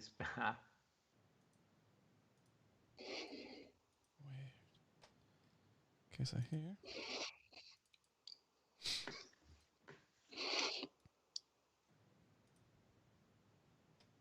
Is it working? Okay, that's Brian. Keep switching to Brian. Okay, that should be Salty. Oh, come on. Aha, I think I got it. Yes, I'm figuring it out. Okay, I almost got it. Everybody has different aspect ratios when they call in, so I gotta make it line up. Here we go. Go with a wide camera on Salty so we can see all his stuff and we can zoom in on all his secrets. You're asking for too much, Brian. Don't zoom in right on his face. I've got a view of everything, so I can see it all, Salty. Hold on, screenshot. All right, here we go. Transitioning. What up, Salty? There he is. Slayer himself, Salty Dangler. What's up, Salty? How are you? How you doing, guys? Pretty good. Your microphone. I think it's so loud. Dude, Roman might have to adjust it. I don't know if I can adjust it individually. No. Let me see. No, that's good. That's good. Did you bring a pop top? Because you're gonna set the pop top. Yeah, you gotta set the pop top world record with that mic for sure. I'm gonna take my headphones off. I don't think I have a single soda in this house. Oh dang! Okay, there you go. That's good. That's good. Yeah, there you go. Cool. So Salty, do you mind if I call this a segment Salty's Tackle Shop or Salty? Yeah, right. Shoot. Because that's what it looks like you're in, dude. Looks like I'm running a little low on some stuff. Yeah, I don't see it. I'm gonna have to get you a cool bait or two to hang back there. I see a lot of Kitex. Oh yeah, now we're talking. All the cool baits are in the tub.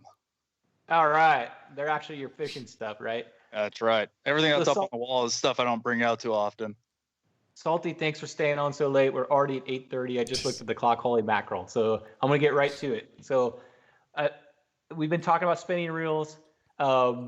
Spinning setup. What do you like to use? And you want to give a review of what your favorite reel or what reel you're currently using is? For spinning reels, I don't really do a lot of spinning, a lot of finesse. I use the Nausie. This thing spent probably about 30 minutes down at the bottom of Mission Bay. Oh, dang. During the species challenge before retrieving it, and got some sand in it. Just took it apart, cleaned it out. Works great. Wow, that's. I mean, if you drop a reel in the water, salt water for 30 minutes, that's putting it to the bearings, I guess, to the test, because that's not a splash. That's like everything. Did you do maintenance on it after that recovery? I actually took it out and fished it for another weekend, and then I took it and I broke it down. There was sand all inside of it, and just cleaned it out. I probably need to clean it out again, just redo the grease and whatnot. But for the price, I don't think you're going to beat something like this. Well, so I know you guys probably mentioned it already, but what's the price range on that one? About $100. Oh, that's not bad. Yeah, it's 99 bucks for the 2000. I think if you go all the way to the 4000, they're 119. So anywhere between 100, usually around $100. Yeah, that's what you can get them for. Yeah, if you're looking at a spinning setup, I would spend more money on the rod than the reel. You're not going to get more casting distance. The $100 reel, this drag is perfectly smooth, no jerking. It's stood the test of time in salt water to the bottom of Mission Bay and back. I don't think you can beat it at that price. That's pretty good. All right. So what spinning reel? Obviously, is that your first spinning reel? And no, I've got one. I've probably got about 7 different Shakespeares. Okay, so the Shakespeares are the rod combo ones usually. So when you went from the Shakespeare to that, what was the main thing you noticed? Smoothness. It's all in the smoothness of the drag, smoothness of the handle. Yeah, it's that fidgeting, right? I don't know what to do with my hands. So yeah, remember when fidget spinners were big? They're like those things you held, and I'm like, what's that? I've been doing this for like 20 years. I just walk around. It's so funny, it's so funny to watch it. I'm sorry, I'm distracted because I'm reading the chat. They're distracted by like Captain Dan's like, why does Salty have a black tie on his wall? And someone else is like, oh, I think it's an ascot. I was like, I think that's a bluff. It's just a rag, fellas. It's just a rag. Yep. Oh, when you were walking around with these, with that what you were doing, Salty, the fidget spinner or whatever we're calling this, do you sometimes like shake it and see how long you can keep it going? Like no, I'm about to though. All right, competition. Oh wow, that's cool. I don't think I have the rhythm. When you get a really good reel that is really smooth and it's like brand new out of the box, you can just sit here and shake it, and you could go for like a minute and a half. Oh my god, this is spinning out of control. We can make a contest out of that. I'm going to put a weight on the end of this thing to keep it going longer. That's what you need to do when you go to a tackle shop. This is how you try the reel, guys. This is how you know that it's a good quality reel. The longer you can keep it going, the better a reel it is. It's like a shake weight. Just go in the shop and start doing that. You might get. Don't go out in public doing that.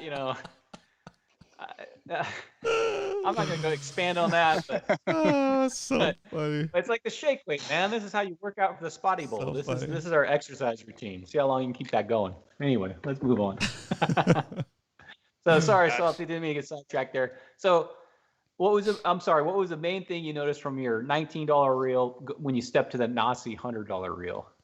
Just overall smoothness. That's where it's at. It's smoothness in the drag. It's smoothness in the handle. It's the weight, the handle, how it wraps around your hand.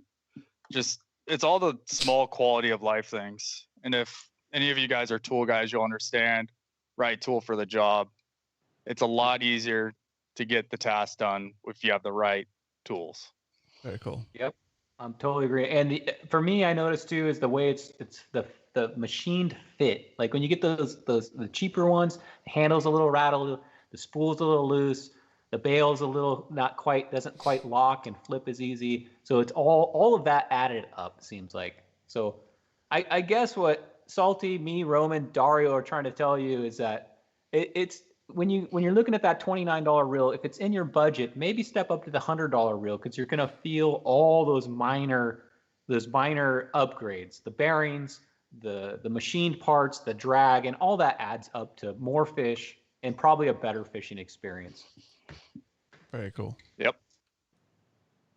Salty, I see all those lures in the background. We were talking swim baits. What's your favorite swim bait? I'm gonna put you on the spot right now. Kitech. Oh, that was quick. That was so quick. Yeah, I know. I already know the answer to that because he's a Kitech guy. Look at that back wall. I don't know if they can see it, but he's probably got. Yeah, for wintertime, little guys, 2.8. Yeah, 2.8. Yep. Natural color, dark green, 2.8. Okay, smaller guys, huh? Yeah, they're wintertime. You're looking for that bite. What weight are you throwing those on, Salty? I'll Texas rig them with a 3/8. Got it. Very cool. Very cool. 3/8 bullet head. Is that what you use? Like that bullet sliding head? Not a bullet. I actually like the flipping weights because the profile is different. So there's two different style heads that you can get when you're going for. Actually, there's multiple different styles. Let me see if I can find them. Sure.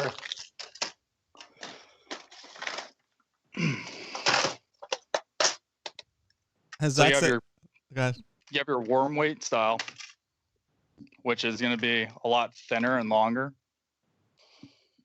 Yep. Then you have your flipping, which is going to be a little bit shorter and wider. I've never fished that before. So it looks more like a rounded bullet instead of like a cone. It looks more like rounded. Yeah. Yeah. If you see them next to each other. Yeah, sure is. Yeah. So what do you like about that flipping weight? Is that what you called it? Yep, flipping weights. They match the profile of the baits a lot better than the worm bait because the baits aren't the ones I use are the fat swing end packs and they're a lot wider. When you put the bullet weight on there, it looks a little funny. It looks like a narwhal almost. Yeah. It's so skinny. Looks like it has a horn. It doesn't look natural. Whereas the thicker flipping weights will look more like a head. Do you cut a little bit off the end of those Kitechs or just use them like that out of the package? The Kitechs only if I'm rigging them to a jig head or like a cool baits or something with like a flat back. Yeah. Yeah, because if you don't know, the Kitechs come to like a point almost. They're come to like a skinny point. Yeah. And I think they do that because a lot of guys like Salty are Texas rigging those things. So yeah, good tip, Roman. You could trim that thing back an eighth of an inch and match the profile of your jig head or your pool bait or whatever you're fishing. Very cool. Nice. Yeah, so you're gonna match the profiles. Salty's bringing out the tackle, Roman. I know. Yeah. That's perfect. Yeah. Because the head has that rounded tip. That'll fit in really nice. Versus a cool bait where it kind of comes up and it'll like recess down to the tip and then go back up. That's when I'll cut off the tip. Gotcha. Very cool. Nice. Well, Salty, you went above. Thanks for the tips, man. And if you were gonna rate, because I asked Dario this on a 5 stars, what would you rate that Nasi reel? I would say for the price, it's a 5. Oh, only because that price point. I think it's the best value? Reel per dollar you're gonna get, the best value you're gonna get. Obviously, you can spend more, but you're not gonna get anything. I don't think anything better for the same amount of so it sounds like money that, you're putting into it. Sounds like that reel's like at the sweet spot of like value of like quality per cost. And then BDG's got a question for you. Do you peg the weights? No, I don't. I don't ever peg them. Let it free fall to the bottom. A lot of times when it's free floating like that and it's not being pulled directly, you'll get hit on the way down. Yeah. And then as soon as you start winding, a lot of times it's that constant slow grind. Yeah. I don't see the need to peg. I mean, you can, but I think it takes away some of the versatility. Very cool. I agree totally with that, Salty, because I think when that weight hits the bottom way before that bait does and that thing's suspended, I think a lot of the time, because we all know with spotties, a lot of time you get them on that fall. So that thing's coming down slower, maybe a little better presentation. And then when you reel in that slack, that's sometimes when they'll nail it when they first see it. So before you even get to that weight. That's cool. I know we're talking about spinning reels tonight, but I did want to mention about bait casters because I know there was questions. When it comes to gear ratios on spinning reels, this is a 8.5 to 1. This is what I use for pitching. It's so I can get into a dock. I'm usually using a heavy weight, 3/4, 1 ounce weight. I want to get into the dock, down to the bottom, pop it a few times. I want that line back in my boat as fast as possible, move on to the next dock. Yep. Everything else, low gear ratios, 6.2 to 1s is what I use on pretty much everything else. All my other rods, damn garage, are all 6.2s. Nice, slow, helps you keep it, takes some of the air away from you, allows more torque as well. That looked like a Shimano Corrado, yeah. Is that what that is? Yep. Yeah. Nice reel. That's a nice reel, yep. So that's a nice reel. It's got such a nice shape. Yeah. The Shimano Corrado K 201. It's the 6.2 to 1. Oh, 201. You're a lefty too then, huh? Yeah, I've switched all my reels over to left hand. All right. So that means you reel. That means you reel with your left hand, right? You crank with your left hand. Okay.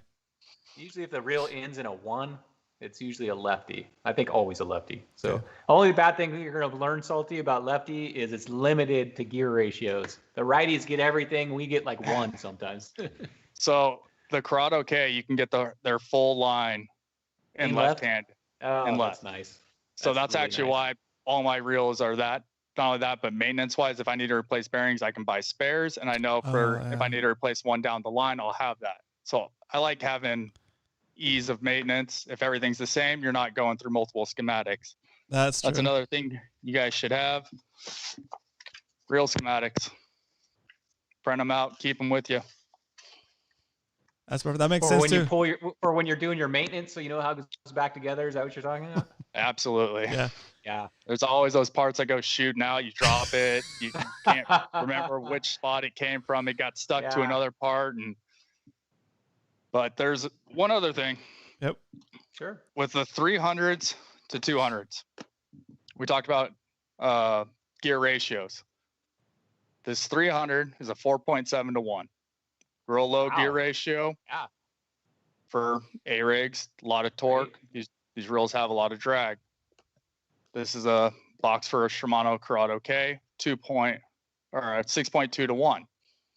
The thing you have to look at, because the reel size themselves, the actual spools, see without hitting anything in my garage, they're a lot taller. This is a 300. This is what I use for my A-rig. It's a lot taller. So even on that 4.7 to 1, it comes out to the same line per turn. And you can find them on, I'm not sure about other manufacturers, but in Shimano's, it's on the box. Yep. It'll show you the line per turn. On the far right, it looks like a handle. That one right there, yeah, Salty. That tells you per inch. I think all Shimano box. I think most manufacturers have that. Like mine says this is a Nasi 2500, 29 inches per.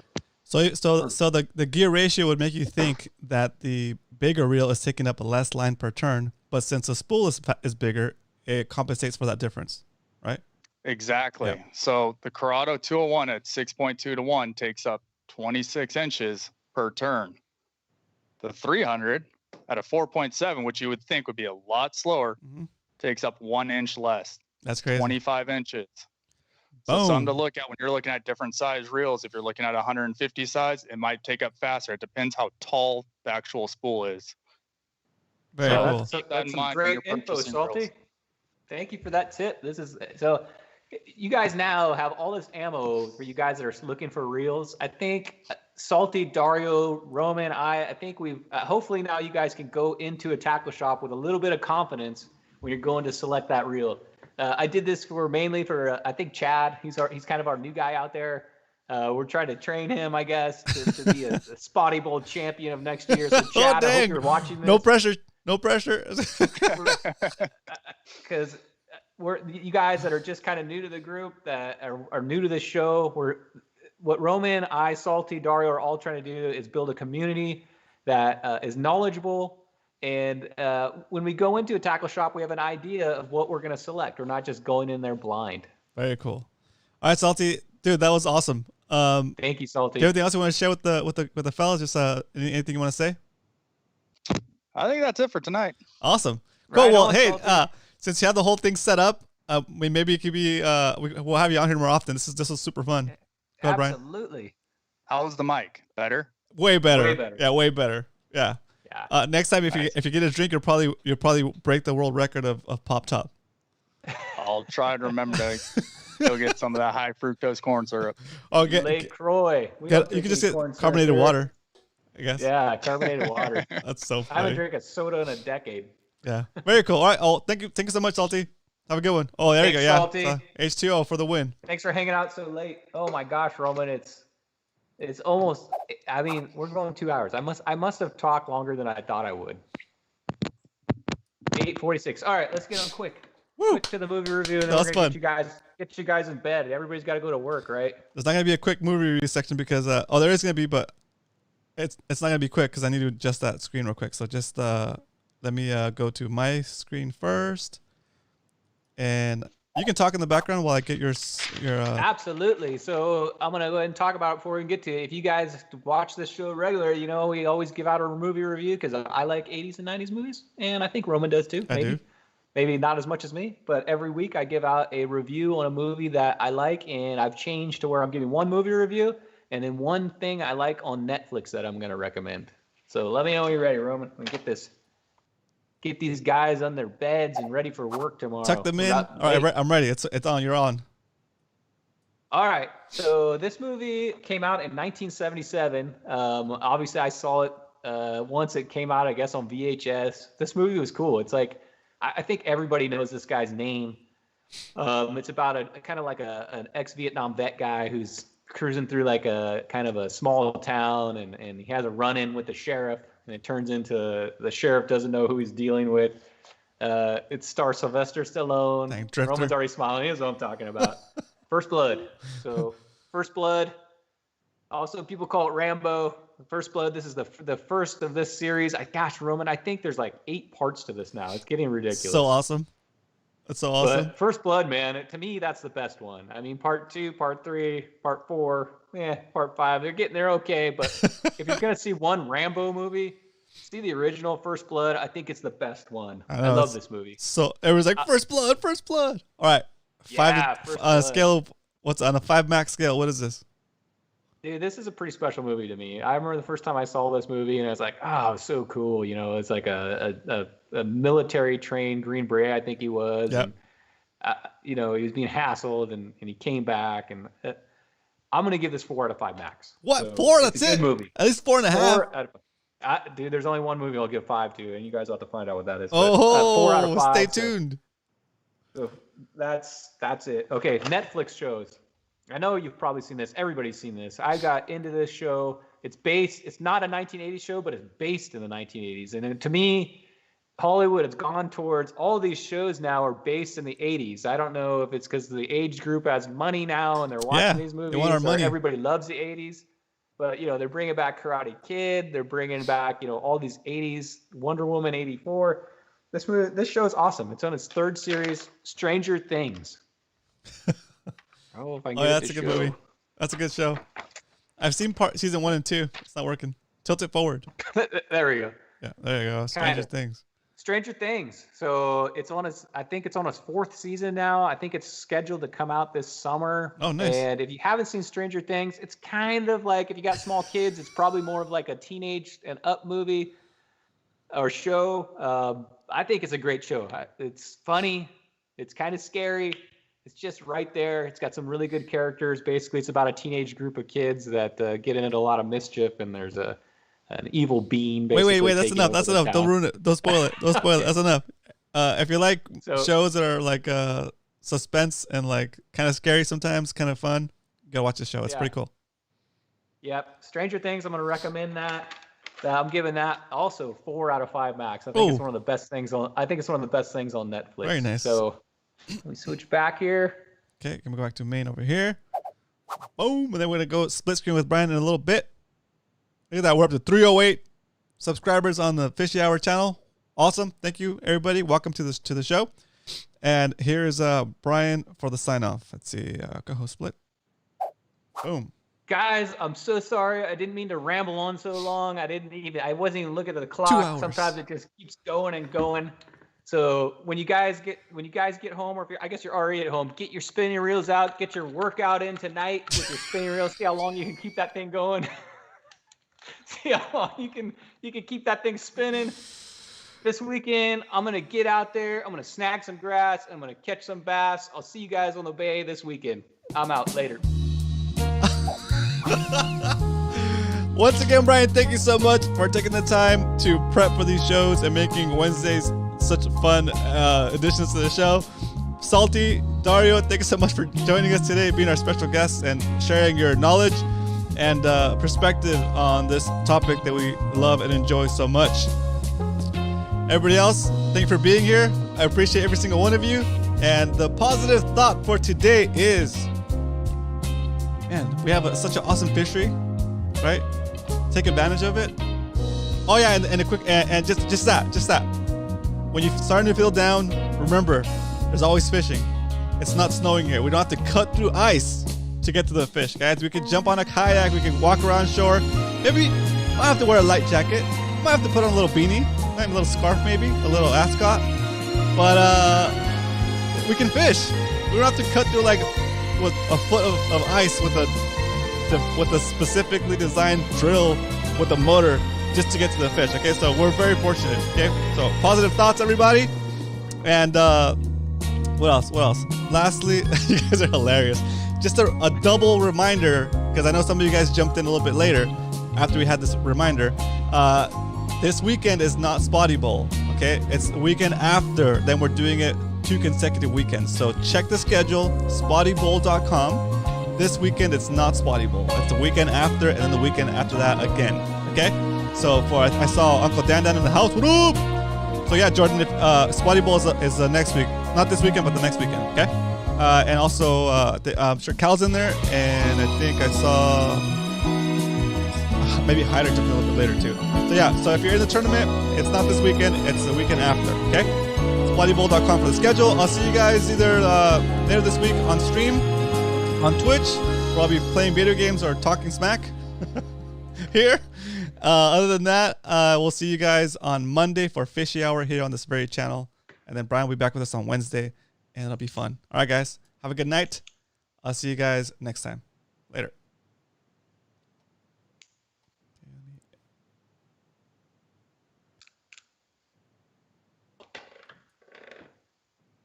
All right, cool. I think I got everything I need to get out.